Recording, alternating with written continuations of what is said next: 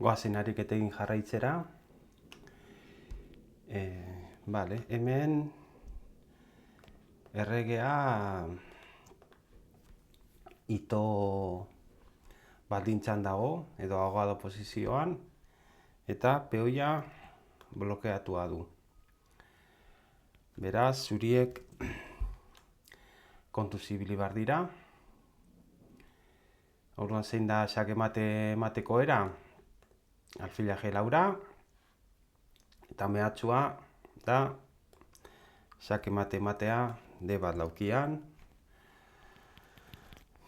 Errega mugitzen badu, xake ematen dugu, eta bardin da peoiarekin alfila mehatxatzea. Zeren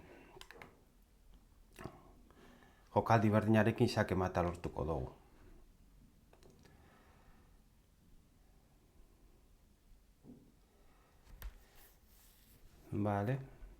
Hemen errege hau nahiko eskinan dago.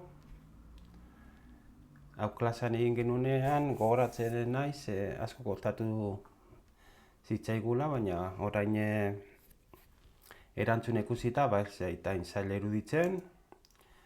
Jake ematen dugu, aukera bi daude, bata da dorra lauki honetara mugitzea, eta bestea erregea G-laura mugitzea.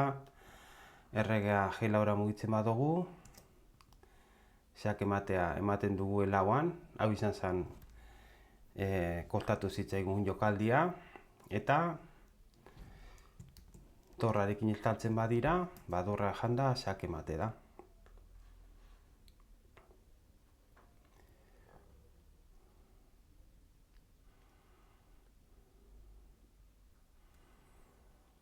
Honek hau interesgarria da, eta balioko digu ikusteko zaldiak eta erreginak nola egiten duten elkarlan. Esaten da, erreginak eta zaldiak alfilak eta erreginak baino hobeto egiten dutela lan elkarrekin. Zergatik, erreginak ja baduenez alfilaren mugimendua, zer gertatzen da zaldiarekin elkarlan egiten duenean, zaldiak erreginak kontrolatzen dituen lauki batzuk kontrolatu ahalko ditugula.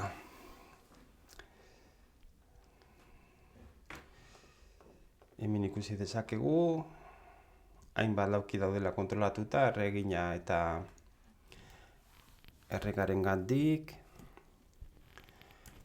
Xake ematen dugu, jokaldi bakarra, lauki hau zaldia kontrolatzen du, xake ematen dugu, erregina defendatua dago, erregeak ez du ihes-biderik.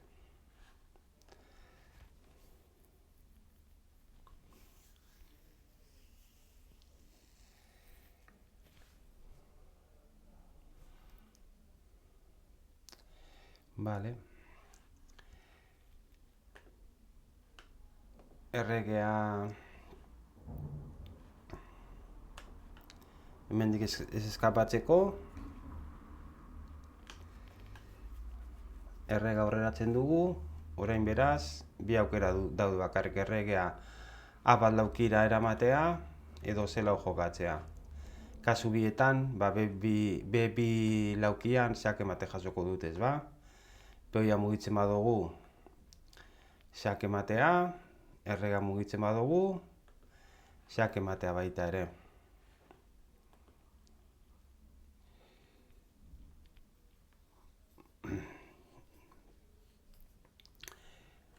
Hau oso interesgarri dutzen zait, ariketa hau.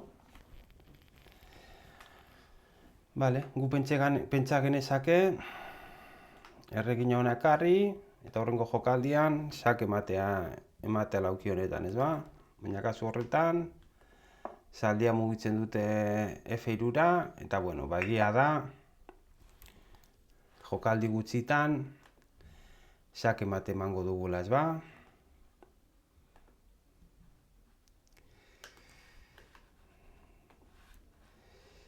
Kasu horretan, orain beltze mugitzen dute, eta bueno, azkenean lortzen dugu xake mate-matea, ez ba? Baina nahi duguna da beti xake matea ahalik eta arinen ematea.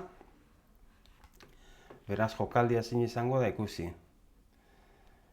Guk erregea F2ra mugituta, zer mehatxatzen dugu? G bat teko zaldia janda xake mate izatea. Zaldia iltsatua dago, beraz aukera bi bakarri daude. Errege H2ra mugitzea edo peoia mugitzea. Peoia mugitzen badugu,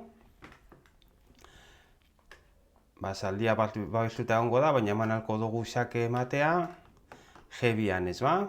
Eta hemen erregea H2ra mugituta, orain bai, zaldia janda xake mate izango litzateke.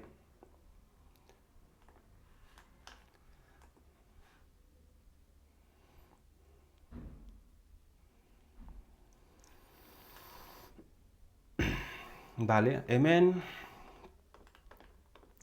erregeak ez dio hilten, errege zuriak ez dio hilten errege baltzari berantza eskapatzen. Orduan, erabiliko dugu zaldia laguntzeko erreginari xake mate ematen. Eta zer eratan egin aldugu hori? Da ikusi, zaldia ona mugituta,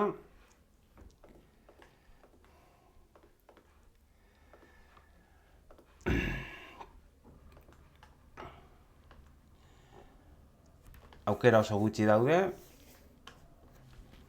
Erregea H2ra joan alda, edo pea mugitu aldu B6ra, baina bi kasuetan zaldi honek B6ko laukia kontrolatzen duenez, xake mate emango dugu. Bai erregea mugitzen duten, edo peoia mugitzen badute. Esan dugunez erregeak ez dionez uzten berantza eskapatzen, xake matea lortu dugu.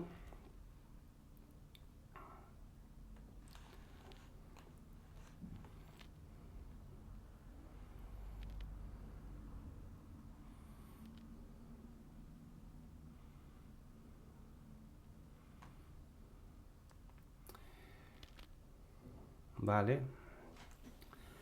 Nune